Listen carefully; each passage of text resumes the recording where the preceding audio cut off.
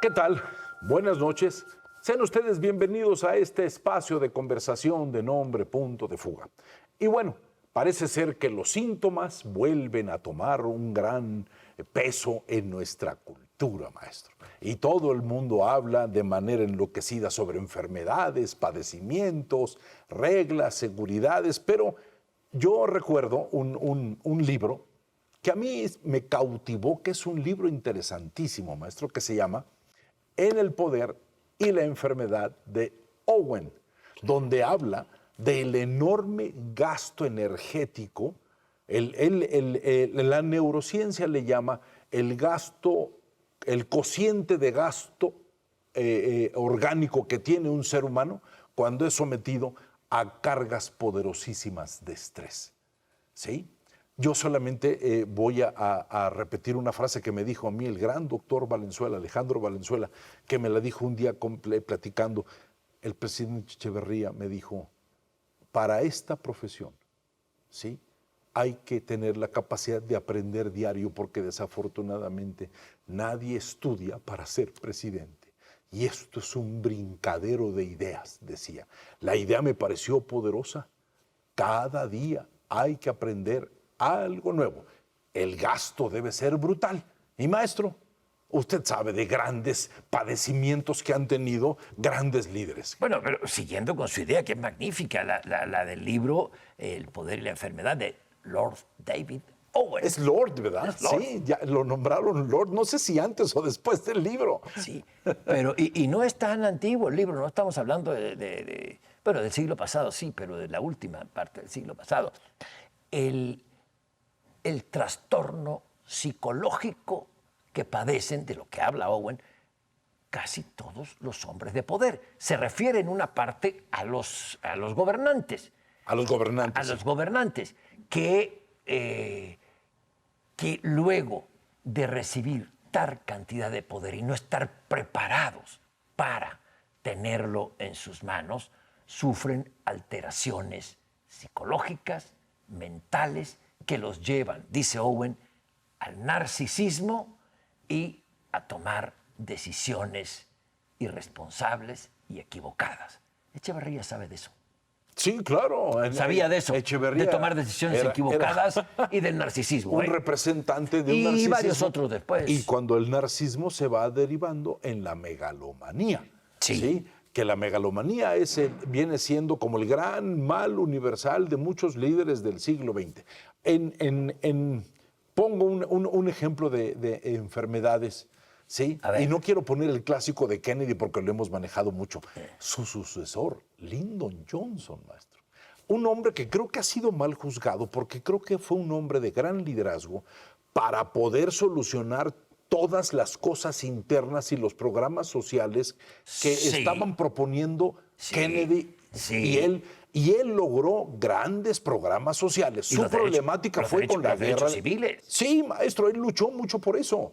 Su grave problema fue la guerra de Vietnam, ¿sí? Y su grave problema fue su tendencia a la depresión, su tendencia a de repente una melancolía extraña que lo hacía encerrarse, y empiezan los problemas cardíacos. Cuénteme, profesor. Y entonces tiene problemáticas cardíacas, tiene un infarto. El infarto lo manejan en silencio sepulcral, no le dicen nada a nadie, cuando una de las obligaciones gringas es tener perfectamente en claro la salud del presidente porque es seguridad nacional, ¿sí? Claro. Y ellos lo plantean.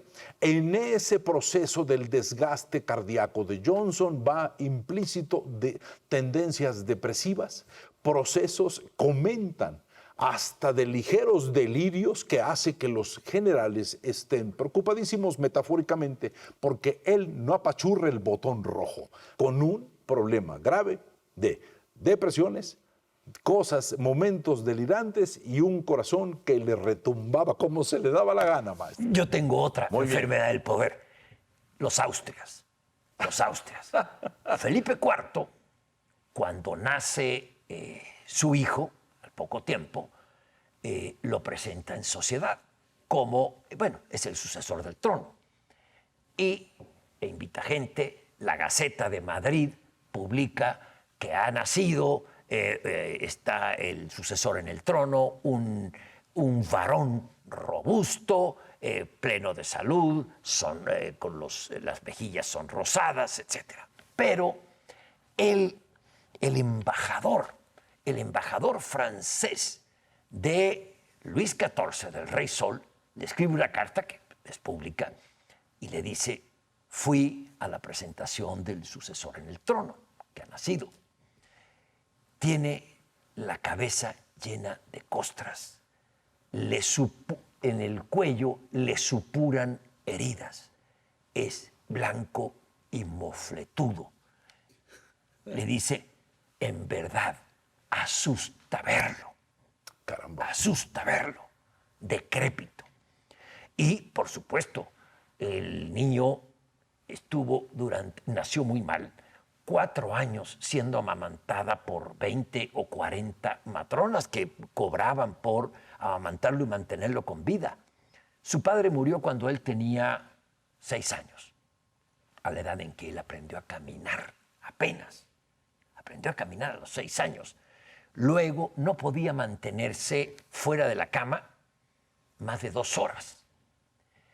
Fue Carlos II, tomó el nombre de Carlos II y desde luego murió al poco tiempo de su reinado. Asumió cuando ya tenía la mayoría de edad en esa época, que eran los 14 años. Bueno, ¿por qué? ¿Por qué esa enfermedad?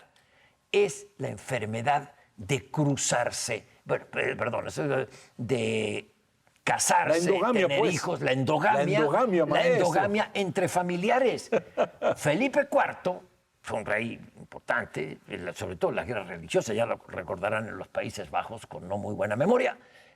Felipe IV estaba casado con la hija de su hermana y tiene a este niño. O sea, este niño, además de que Felipe IV era su papá, Felipe IV era su tío abuelo. Es decir, toda esta endogamia, este enredo y este casarse con la misma sangre trajo el fin del linaje de los Austrias. Se acaba con Carlos II, el hijo de Felipe IV, por una enfermedad del poder, casarse entre ellos. La endogamia. Maestro, interesante. Ahora, echémonos para el siglo XX. Mitterrand, va a decir La usted. próstata de Mitterrand, que es uno de los casos más interesantes de política que hay, ¿no, maestro? La manejaron de una manera, la gente no lo sabía. ¡Qué horror! De ahí se cayó Mitterrand cuando se supo todo eso. Cuéntame. No, lo estoy interrumpiendo, profesor. No hay derecho. ¿Sí? No hay derecho. No. Es que simplemente un cáncer de próstata atrapa a Mitterrand, ¿sí? La significación de la palabra cáncer, al fin de cuentas, son problemas brutales de territorio, problemas de miedo, problemas de una gran cantidad de cosas, ¿sí? Pero la relación de la habilidad mental con la lucidez emocional y el aspecto físico son fundamentales en un gobernante, maestro. Es una triada que no puede no estar en balance, ¿sí? Y en ese desbalance anda el señor Mitterrand con un cáncer que nunca acepta y que lo lleva a situaciones verdaderamente duras, pues, difíciles. Claro, esa enfermedad oculta de Mitterrand le costó el pase a la fama, el pase a la historia. Pero de franceses, profesor, si me permite, uno brevemente, bueno, 2. Antes de Mitterrand, el presidente fue Valéry Giscard. Giscard d'Estaing. Valéry Giscard. Y antes de él, un presidente muy breve, que se llamó Georges Pompidou. Sí, murió claro. en el gobierno, murió en el poder. Murió de una enfermedad, digamos, curiosa.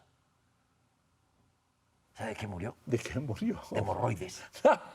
De veras. Georges Pompidou, un gran presidente, bueno, una gran figura, un hombre muy respetado. Era un hombre Pero tenía un bien avenido racimo por de la historia. uvas. O sea, No me diga, y maestro. murió.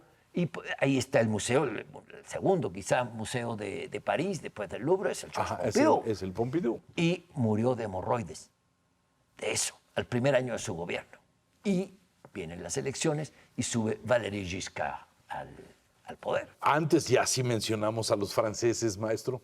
Es muy peculiar y lo comenta en un libro Johnson y habla y dice la halitosis de Gaulle, que provocaba que la gente se tratara de distanciarse porque ese padecimiento de Gaulle tenía que ver con, decían, con su intolerancia, su mal genio, no tenía que ver con una condición hepática nada más, ¿sí? No muere de eso, pero era peculiar. O tal vez, maestro, el mal del bulldog, como le llamaron a las depresiones o a los cambios de temperamento, a la volubilidad de Churchill. Pero uno más, sigamos con los franceses.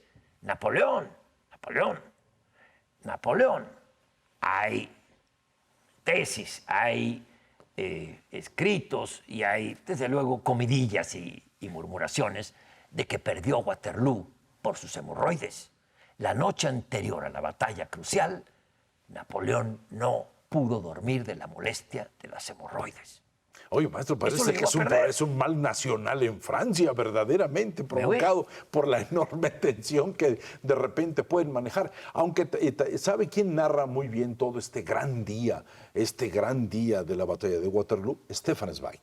Sí, sí, claro. En sus 14 miniaturas históricas, sí. Y habla sobre las pésimas decisiones de sus generales, ¿sí?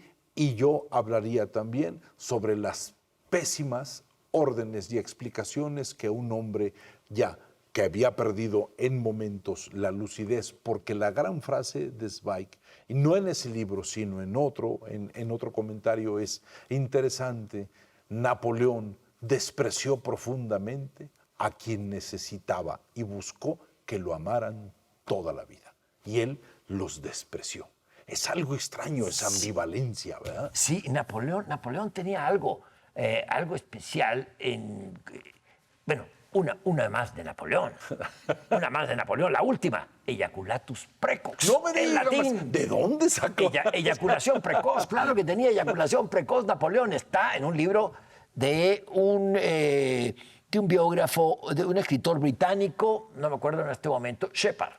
Y en un gran libro que se llama Ciudadanos. Lo recomiendo plenamente si alguien quiere entender la Revolución Francesa. Ciudadanos, de Shepard, si no me equivoco. Es un académico británico brillante. Y ahí pone, como entre paréntesis, la eyaculación precoz de Napoleón. Fíjese, maestro. Fíjese, César. Hemorroides, eyaculación precoz.